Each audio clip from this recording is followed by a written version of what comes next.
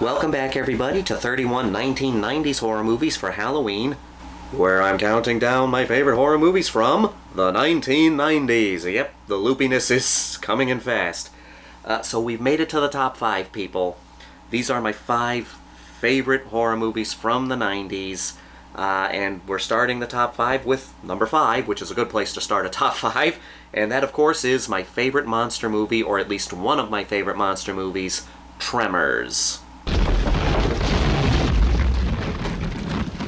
Must be a million of them!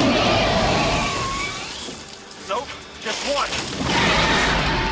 Tremors does not get enough credit for how clever of a movie it is. We can all agree that A Quiet Place would not exist without Tremors. Tremors is one of the original monsters that can't see hunting by sound movies. You did have Tombs of the Blind Dead. I did a review about that, but that one aggravated me because they never really used the blindness in that movie. Sound plays a big part in Tremors. It comes across as your typical B-movie plot. You have this small town in Perfection, Nevada. That's the name of the town. Very small population.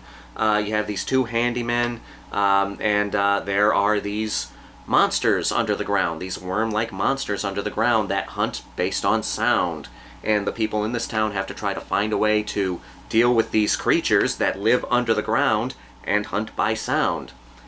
Simple premise, and it makes for a fun B-movie, but this movie, as much as I support B-movies and as much as I will defend B-movies, this is so much more than a simple B-movie.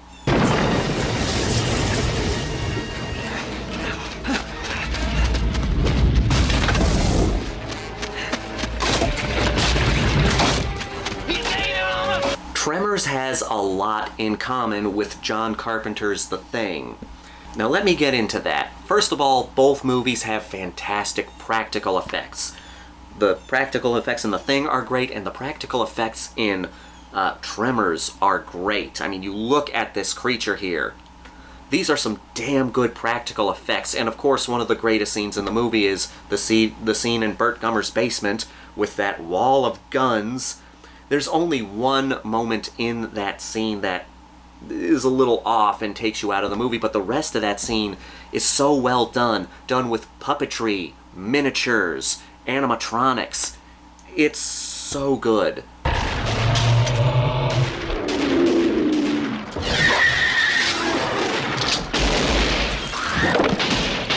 But it's not just the practical effects. Both movies build tension around a certain idea.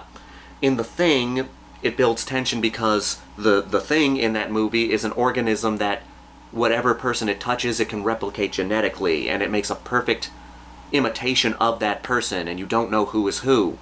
In Tremors, it does the same thing. It builds tension around a specific idea. There are creatures living under the ground that hunt based on sound.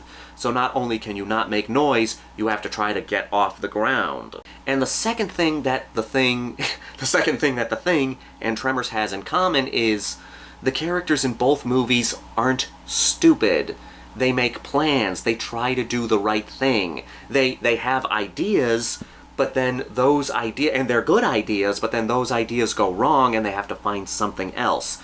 Both in The Thing and Tremors, the characters are always thinking. They're always coming up with good, rational ideas. The characters in both movies are smart. I mean, yeah, okay, there are some stupid moments in Tremors because it is a more tongue-in-cheek kind of movie, and it does the stupid moments for amusement, but the characters are, for the most part, rational thinking human beings. And that's why I love both movies so much. I love The Thing because the characters aren't stupid, and the plot doesn't move forward only because of the characters making stupid decisions. The characters make smart decisions, and then through creative and good storytelling, they work around those smart decisions. That's the same thing in Tremors. Take the bait!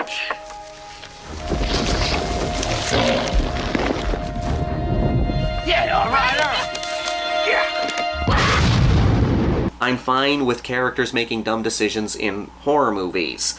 When you're stressed out, you will make bad decisions. What bothers me is when stupidity is the only thing moving the plot forward.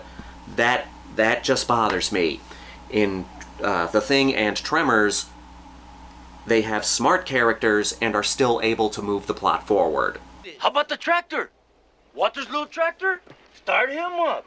Let him go out by himself. Let those things follow him all over if they like that noise. Not bad. But you have this small cast of characters, and they all stand out, and they're all memorable, and they're all likable. I mean, well, except for Melvin, he sucks. But the rest of the characters, you love these characters, and you don't want to see anything bad happen to them. So when one of them dies, it's legitimately hard-hitting.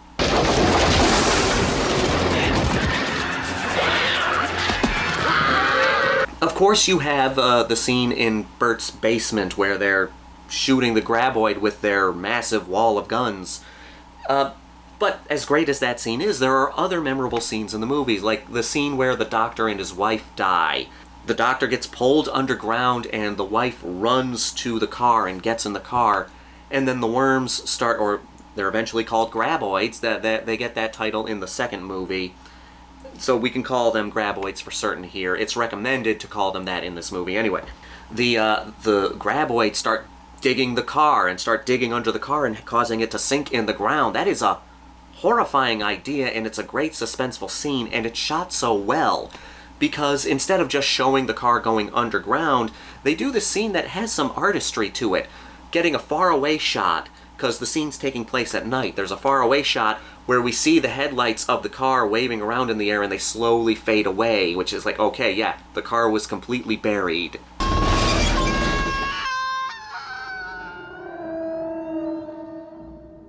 And of course you have Val and Earl, the main characters, Kevin Bacon and Fred Ward. Val and Earl, they're great characters. They want to get out of Perfection, Nevada, because they're just handyman there, and they want to try to make a name for themselves outside of town, but they get caught up in this situation.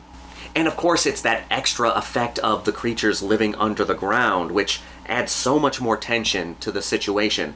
Not only can you not make sound, but you can't be on the ground, or you have to try to be quiet on the ground and try to get off the ground.